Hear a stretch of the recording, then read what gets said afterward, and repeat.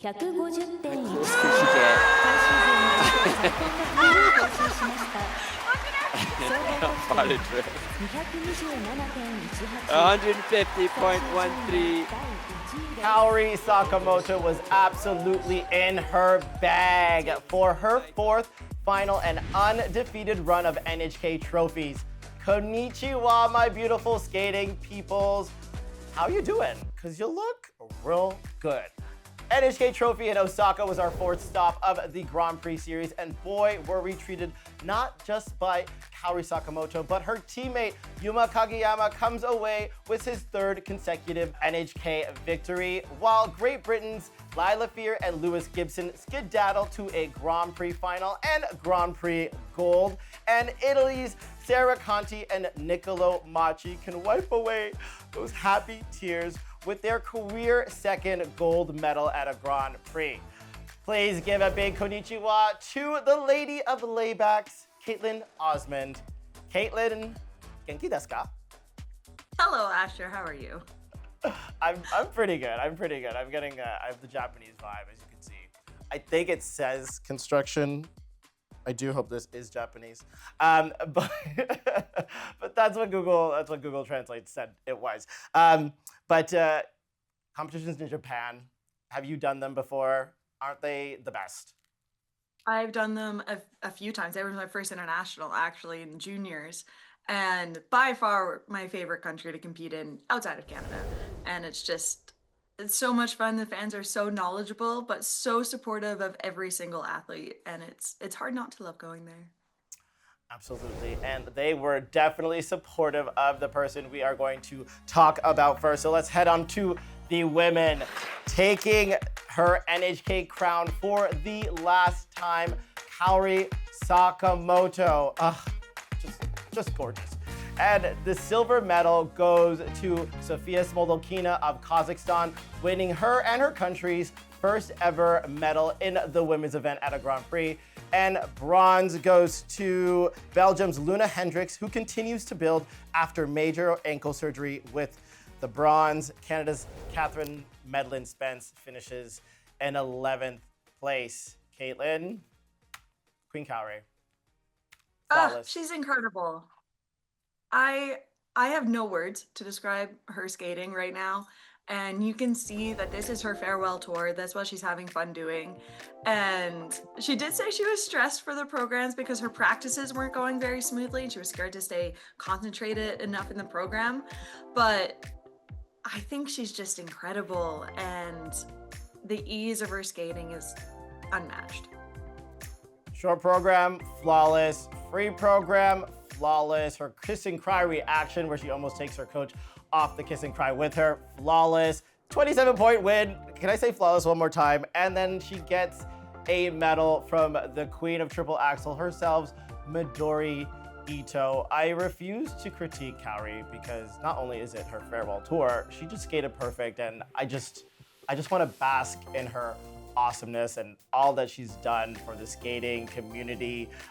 22 years she's been at it, and it's going to be sad to see her go. It will be. And I wonder if this NHK, and then along with Grand Prix final coming up in Japan, is more of her farewell celebrations, even compared to Olympics. And what I love is that in their short program, of course, it's time to say goodbye. You know, free program, I Regret Nothing with Edith Piaf. You know something about Edith Piaf. And you know, her choreographer, Benoit Richaud, says this is not just a farewell, it's a hello to your second part of your career, wherever you go into next. And I just love that. Let's talk about Sofia Smolokina of Kazakhstan.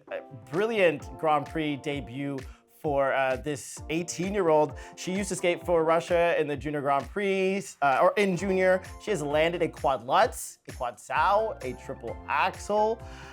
She doesn't have it right now, but in 2023, she took a break and decided to skate for her mother's home country of Kazakhstan, and that was kind of a big stink in the Russian skating community. Tatiana Tarasova, who's never shy to say anything about anybody, but I love this. She was 14th at Worlds last year.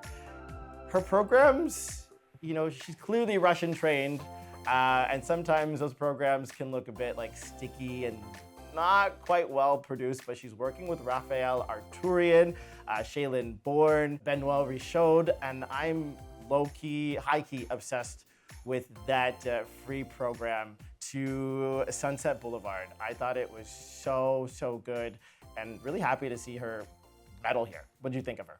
I agree. I think she's someone to look out for, especially if she stays injury free and if those quads come back in her training, you never know what's going to happen. But you can easily tell that she's still pretty technical focused in her program. You see the posture isn't quite there yet. And a bit more of attention taken away from the choreography while she's trying to do the jumps that are in her program. She said she wasn't overly thrilled with how our program went. There was a mistake here or there that, well, every skater is going to analyze more than you actually need to. But getting the silver medal here gave her a lot of confidence moving forward. So I'm excited to see how that translates into actually performing the program more. Yeah, definitely some breaks, but I think that she's on the right track, and she's going to be a dark horse like everybody else here. Let's talk about Belgium's Luna Hendricks. I think it's just great to see her out. She was at Skate to Milano where she secured that second spot for Belgium. Not a great short program, a fall on the triple flip, but a free program much better. And again, I'm just happy to see her back, and we will see her in about 2 weeks and at the Finland Trophy. And now let's talk about our Canadians. Catherine Medlin-Spence, she was 11th here. Not a great go of it. No, there was mistakes, and some mistakes that I've never seen her do before. The mistake on the triple loop in the short program, as well as a triple double combination, which she does a beautiful triple toe. And she fought through the free program. But it is her first Grand Prix, only her second year competing internationally, and she is older, so she's learning a lot as a 25-year-old, which is, I think, harder than learning things as a teenager.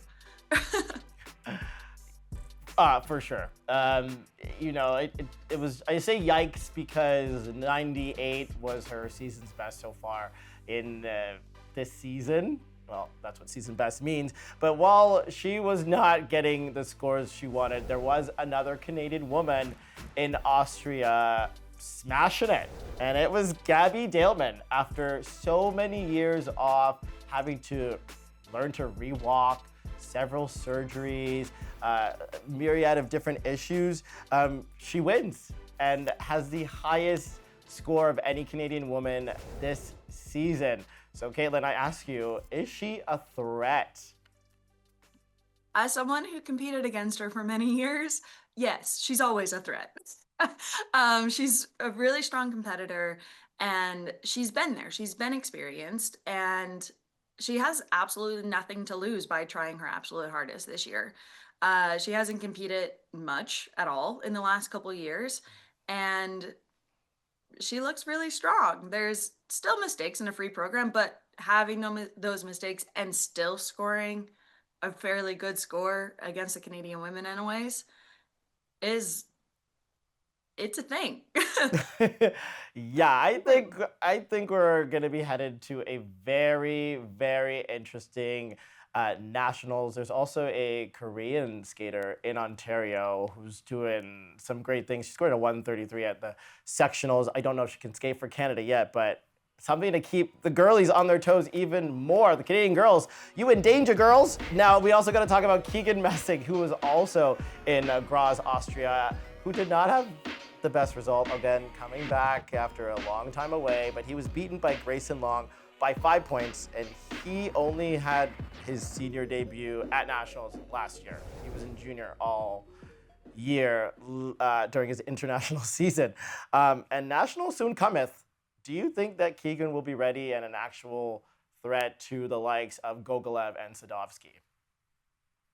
Normally, I would have said yes, he's always going to be a threat against them, but Roman and Steven have really stepped up their game this year. They look more comfortable on the ice. They're battling it out with each other all year, and they've competed a lot already this year. Whereas Keegan hasn't competed much recently. This is his first competition really back. And I don't know if he took it for granted, thinking like maybe the shows are going really well, so that's easily transferable into competition. But the spin levels are harder, step sequences are harder, and everything is more challenging in competition. And I will say, so far on the Grand Prix circuit, the tech panel has been super hard. They're not letting anything go. But let's talk about the men who won medals here. Japan's Yuma Kageyama was not quite giving Kaori, but 2 solid skates leads him to his 3rd consecutive NHK Trophy win. Second, taking the silver medal, his teammate and friend Shun Sato with his coach Tadao Kusaka. Give him his own medal, please. And Switzerland's showman Lucas Britsky takes home the bronze.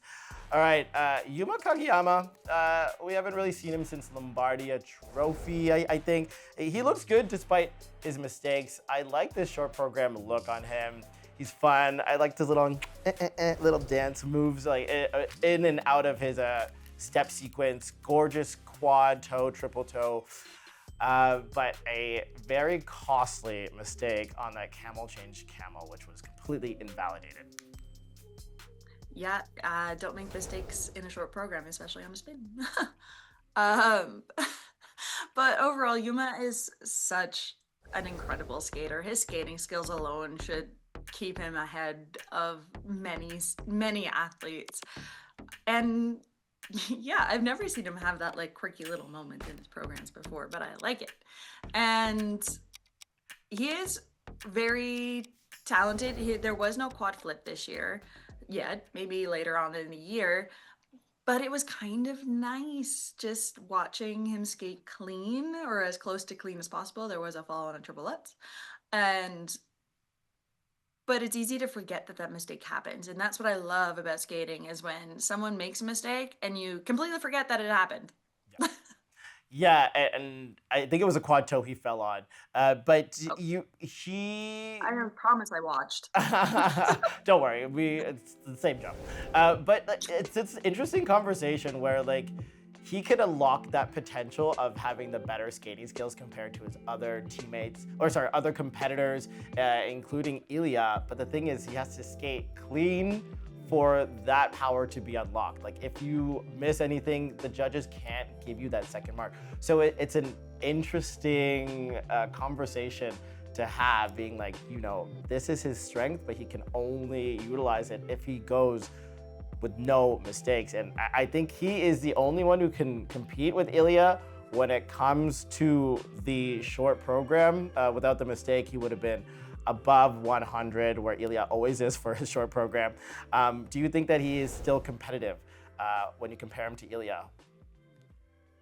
Comparing anyone to Ilya right now is really hard, but he could be very competitive with Ilya, except for the fact that no matter how well Yuma skates, his base value is going to be lower. The base value for the jumps and the spins, all that is going to be the same.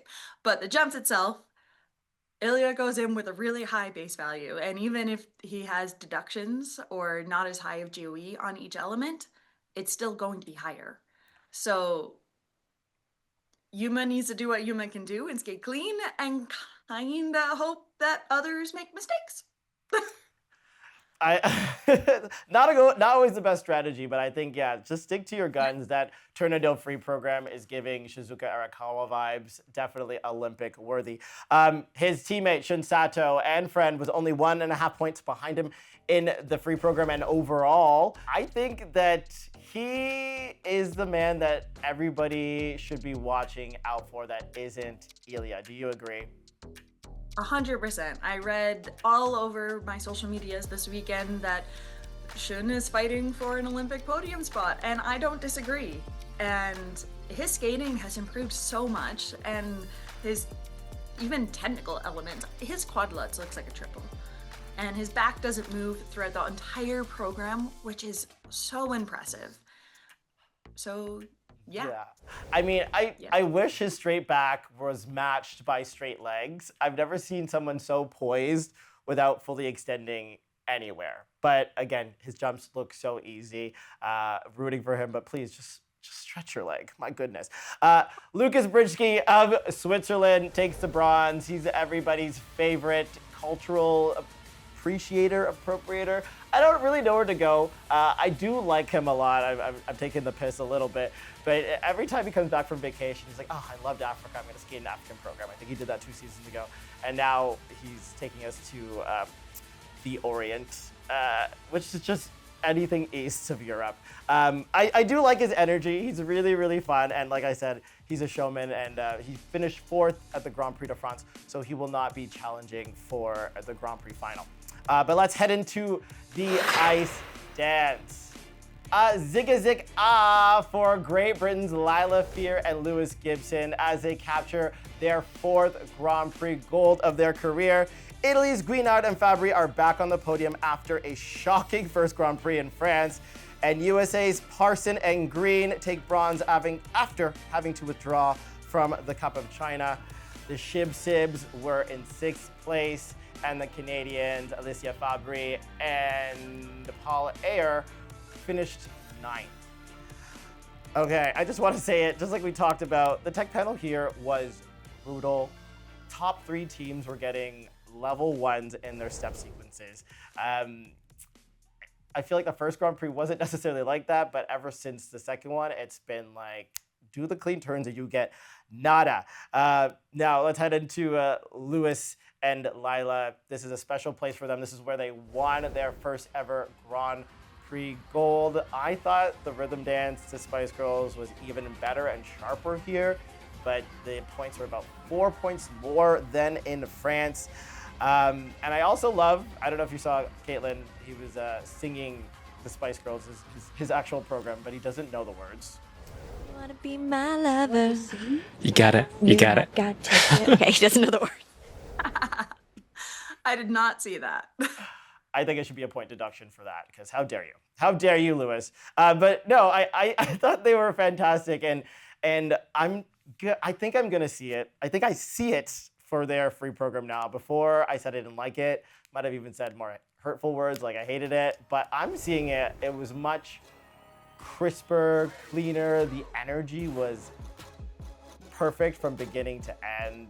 Are you seeing the vision, Kaetlyn?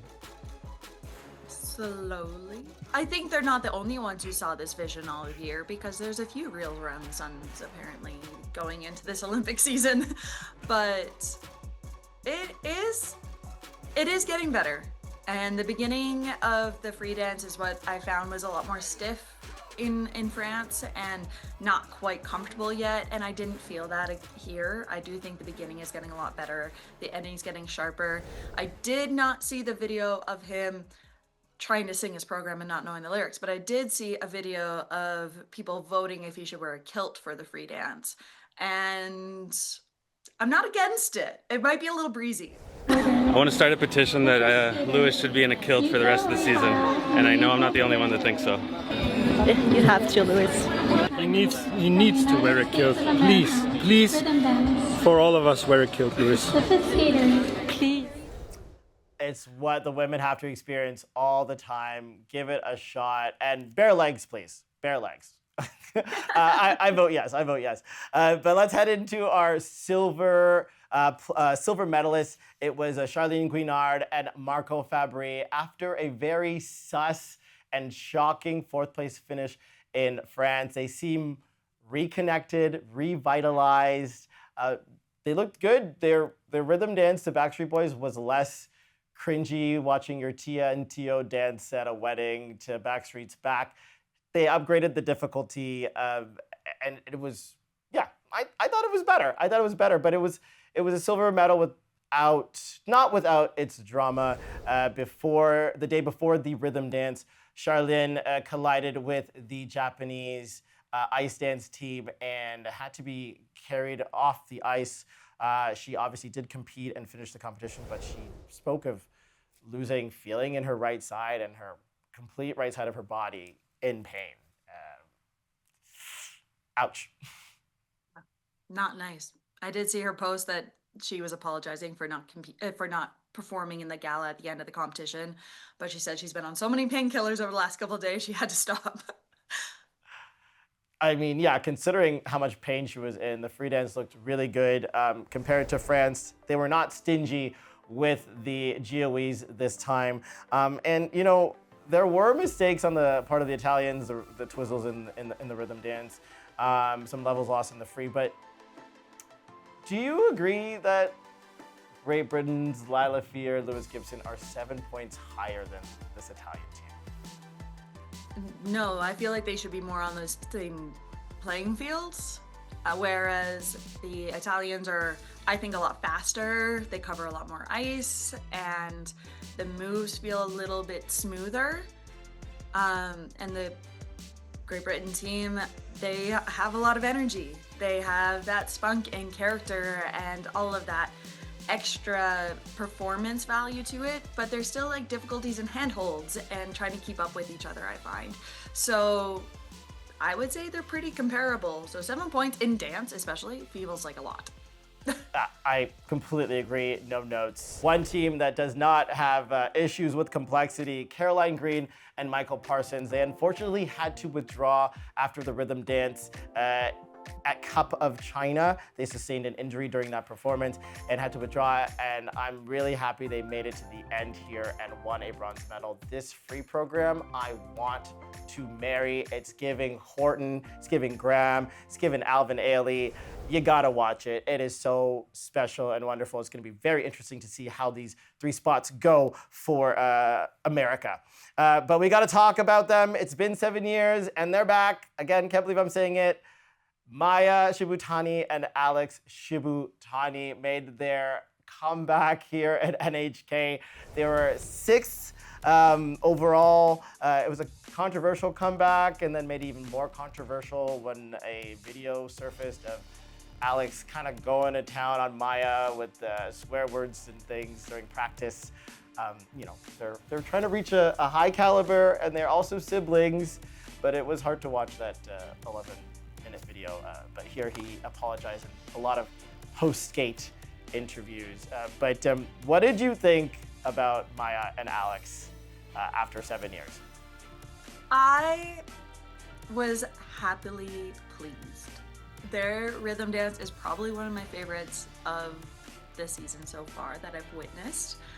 The music is so much fun, and it's not just a callback to the music, but to call back to video games and other activities that were in the 90s, like Nintendo and DDR. It made me want to dance along with them. And then their Coldplay Fix You program, a lot of people are like, well, it doesn't look the way that it did before. And it wouldn't. One, dance has changed a lot. And two, that was 10 years ago, something like that. Yeah. And they've grown, they've matured, they've gone through a lot of life since that creation of the original version. And you could see that Maya's reaction at the end was heart-stopping to so many people. She just latched on to Alex. And you can see that, well, they've been through it. And to have a moment like that and to be back on an international stage, yes, of course, the levels weren't quite there, but the levels weren't there really for anybody. So nothing's new there. I do want to talk about something really quickly about them before we move on quickly. They said that they weren't happy with the score and that the Olympics really didn't factor into them coming back. I don't necessarily buy that. Do you? No, not a chance. There's no way that you come back on Olympic year out of chance. Just a feeling. I had to come back. First I had to come back. Yeah, absolutely. Yeah, I don't believe it, but you know, they've been out for 7 years. Ice dance has changed, but they looked really fit and ready. They didn't look out of breath. But we will also see them in Finland with Piper and Paul and Laurence and Guillaume. And of course, Paul Air and Alicia Fabry, they finish 9th.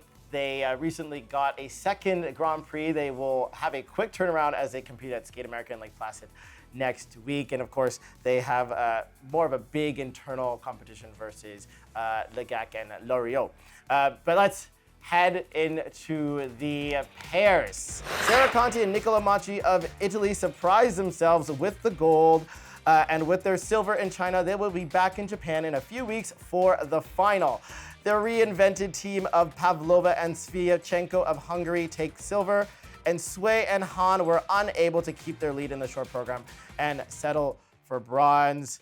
Okay, Nicola Macchi, Sarah Conti, for the second time in about 2 weeks, they beat the reigning Olympic champions.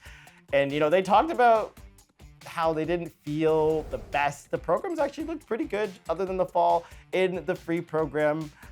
So Kaetlyn, I'm kind of have this question. I think we've all been there, but I think you can best describe it. When you have a good skate, but inside you're like, that felt like the hardest thing I've ever had to do in my life. What you feel and what people see are very different stories. One, because you know what your body has to do, and you are your worst critic. So I heard them talk about getting back to work right away and making sure that there's a lot of lifts being done in the next few weeks because they feel like the lifts are getting slower, and they can feel that. We might not see it.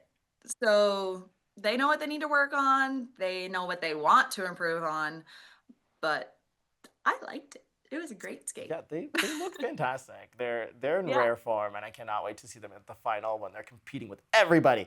But let's talk about the Hungarians really quickly. Sviatchenko and Pavlova, they are new and improved. These programs, like completely different team. They've always had strong basic skating, and their pair elements were always solid, and this was the missing piece. And boy, how do they have found it. I was getting like goosies in their free program when they land that throw triple loop right on the music. I like their choreo sequence because it's not just a spread eagle hold, spiral hold. They're actually using steps and movement and change of positions, which is unique compared to even the top pair teams that they'll compete against. And do you think that they're gonna be potentially medal favorites? Because I kind of do. I think every pair team is potential medal favorites, but maybe that's just a me thing. I love watching pairs, and it really depends on the day. Everybody struggles on the side-by-sides. Every now and then there's a throw-fall, not a fall throw. And there's always a bit of differences in choreography. But what I really love about this Hungarians team free program, especially at the beginning, is that the choreography is not that intricate. It's detailed, but it's not overly difficult. But they do it so clean and tidy that you get sucked right into it. And that's what's really nice about it. And what I find some teams struggle with is that they try to be this creative or artsy or try to make things very dancer-like. And unfortunately, they're not dancers. But yeah, you can see when they do have the influence of dancers, but they keep it still pairs. And are you saying that Buraleva shouldn't be screwed into the ice with her head? I mean, it is a character choice to start that way. The bruises and ice burns might not be worth it, but that's her decision. I do agree. There's a nice quiet brilliance to how they're bringing their skating skills up. Just a little bit more projection, but I think they're going to be fantastic this year. Okay, Sui and Han, quickly, bronze medalist, 2 bronze on the Grand Prix circuit. Probably will not qualify for the Grand Prix final, but I think that's a blessing. They won the short program, but the free program, they just look exhausted, especially him. They haven't done many run-throughs. There's a lot of jokes saying that this is their 10th run-through, which I wouldn't be that surprised if it is. But no, I think the joke is that Olympics is going to be their 10th run-through. Oh, that's what it is. Yeah. I gave them more credit for run-throughs. And Han is dealing with an injury of sorts, and I think it's taking him away from the training a bit. They haven't been able to perform in the galas at all. And the short program I love. The free program, they struggle. The lift at the end, I think, was more terrifying than anything. It barely got up there, and then she quickly just switched into position. And I was like, hold on, please. And then they had one more lift after that. I'm wishing them the best. I do think it's a blessing in disguise that they didn't qualify for the final. I think they need to take time to heal for Con and to get those run-throughs in so that they're at peak shape for their nationals for continents and the Olympics. Yeah, but it was an interesting event here at NHK. So you know how we end, Kaetlyn. What was your yes, ma'am, for better or for worse? I'll let you know why I say that. Now I'm really curious. My yes, ma'am is Kaori Sakamoto's short program, the entire program. Her reaction, her speed, her emotion, it gives me goosebumps, and I'll never forget that performance. Oh my God, absolutely. Like I said, I was crying before she skated, and then when she skated, I was bawling. Just amazing. Now, my yes, ma'am, and it's a yes, ma'am in the worst way because it's the most chaotic program I've ever seen, both good and bad. It has to go to Finland's Yuka Orihara and Juho Purinen. This free program to Moulin Rouge is very entertaining, but it is so crazy, especially their choreo sequence where she spins him around on the ground and then jumps over him like he's a log and they kick up in the air. I love too much. I do. I love too much, but this is making me want to get rid of the choreo sequence. I don't think it really adds too much. At least they really went for it, but my God, it was yes, ma'am, in the best and worst ways. You have to watch it. I loved it. But I think it's a little crazy to think that it's happening in competition. In a gala, in a show, go right ahead, do whatever you want. But the fact that that happens on competitive ice makes me question, where are we going in this skating life? It looks so unprofessional and insane. But go off, queens. I love you so much. Heva Swami. So that's it from me and Kaetlyn. Please let us know your yes ma'ams for better or for worse. And of course, the Grand Prix Skate America takes place November 14th, and you can watch all of the action on CBC Gem. Kaetlyn, thank you yet again. Thank you, Asher. And goodbye.